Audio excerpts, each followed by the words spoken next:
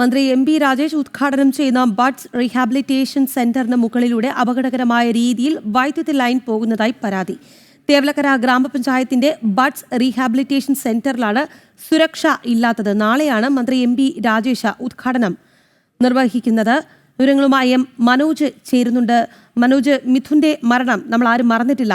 ഇതിനിടയിലാണ് മറ്റൊരു ഉദ്ഘാടനം നാളെ നടക്കാൻ പോകുന്നത്. അതും മന്ത്രി എം.പി. രാജേഷാണ് നടത്താൻ പോകുന്നത്.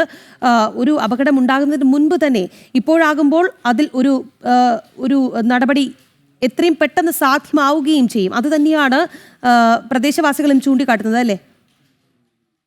അതുതന്നെയാണ് ജനങ്ങളുടെ ആശങ്കയും. അതായത് ഈ തേവലക്കര സ്കൂളിലാണ് കഴിഞ്ഞ കുറച്ച് ദിവസങ്ങൾക്ക് മുൻപ് ഇത്തരമൊരു അപകടം നടന്നത്. പിന്നാലെയാണ് ഇപ്പോൾ മന്ത്രി എം.പി. രാജേഷ് ഉദ്ഘാടനം ചെയ്യാനിരിക്കുന്ന ഈ ഗ്രാമപഞ്ചായത്തിന്റെ ബഡ്സ് റീഹാബിലിറ്റേഷൻ സെന്ററിന് മുകളിലൂടെ ഈ വൈദ്യുത ലൈൻ കടന്നു പോകുന്നത്. KSEBയുടെ വൈദ്യുത ലൈൻ കടന്നു പോകുമ്പോഴും താഴെ നിർമ്മാണ പ്രവർത്തനങ്ങളൊക്കെ പുരോഗമിക്കുകയാണ്. അതേസമയം തന്നെ ഈ കെട്ടിടത്തിന് ഫിറ്റ്നസ് ലഭിച്ചിട്ടില്ല എന്നും നാട്ടുകാർ പറയുന്നുണ്ട്.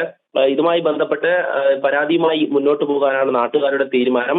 ഈ കെട്ടിടത്തിൽ നിന്നും ഏകദേശം 1 മീറ്റർ പോലും ഉയരത്തിലല്ലാതെയാണ് ഈ KSEB ലൈൻ പോയിരിക്കുന്നതെന്നാണ് നാട്ടുകാർ വ്യക്തമാക്കുന്നത്.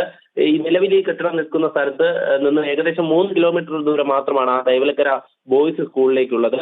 എന്തായാലും അവിടെ ഇങ്ങനെ ഒരു സംഭവം നടക്കുമ്പോൾ നാട്ടുകാരും ആശങ്കയിൽ തന്നെയാണ്. കാരണം പുതുതായി ഒരു കെട്ടിടം വരികയാണ്. പക്ഷെ അതിന്റെ സുരക്ഷാ മാനദണ്ഡങ്ങൾ പാലിച്ചിട്ടുണ്ടോ എന്നുള്ളതാണ് ഈ നാട്ടുകാരുടെ ആശങ്ക. കാരണം ഇങ്ങനെ കാഴ്ചയിൽ തന്നെ നമുക്ക് മനസ്സിലാക്കാൻ സാധിക്കും. ആ കെട്ടിടത്തിന് തൊട്ടു മുകളിലൂടെയാണ് വൈദ്യുത ലൈൻ കടന്നു പോകുന്നത്. ഈ സംഭവം മനോജ്, മന്ത്രി എം.പി. രാജേഷ് നാളെ ഉദ്ഘാടനം ചെയ്യാനിരിക്കുന്ന ബഡ്സ് റീഹാബിലിറ്റേഷൻ സെന്ററിന് മുകളിലൂടെയാണ് അപകടകരമായ രീതിയിൽ വൈദ്യുത ലൈൻ പോകുന്നത്. ഇതിനെതിരെയാണ് പരാതി ഉയർന്നിരിക്കുന്നത്. ഈ വാർത്തയോടുകൂടി ഉച്ചവാർത്ത പൂർണ്ണമാകുന്നു. ഇനി ന്യൂസ് at 2 PM കാണാം. നമസ്തേ.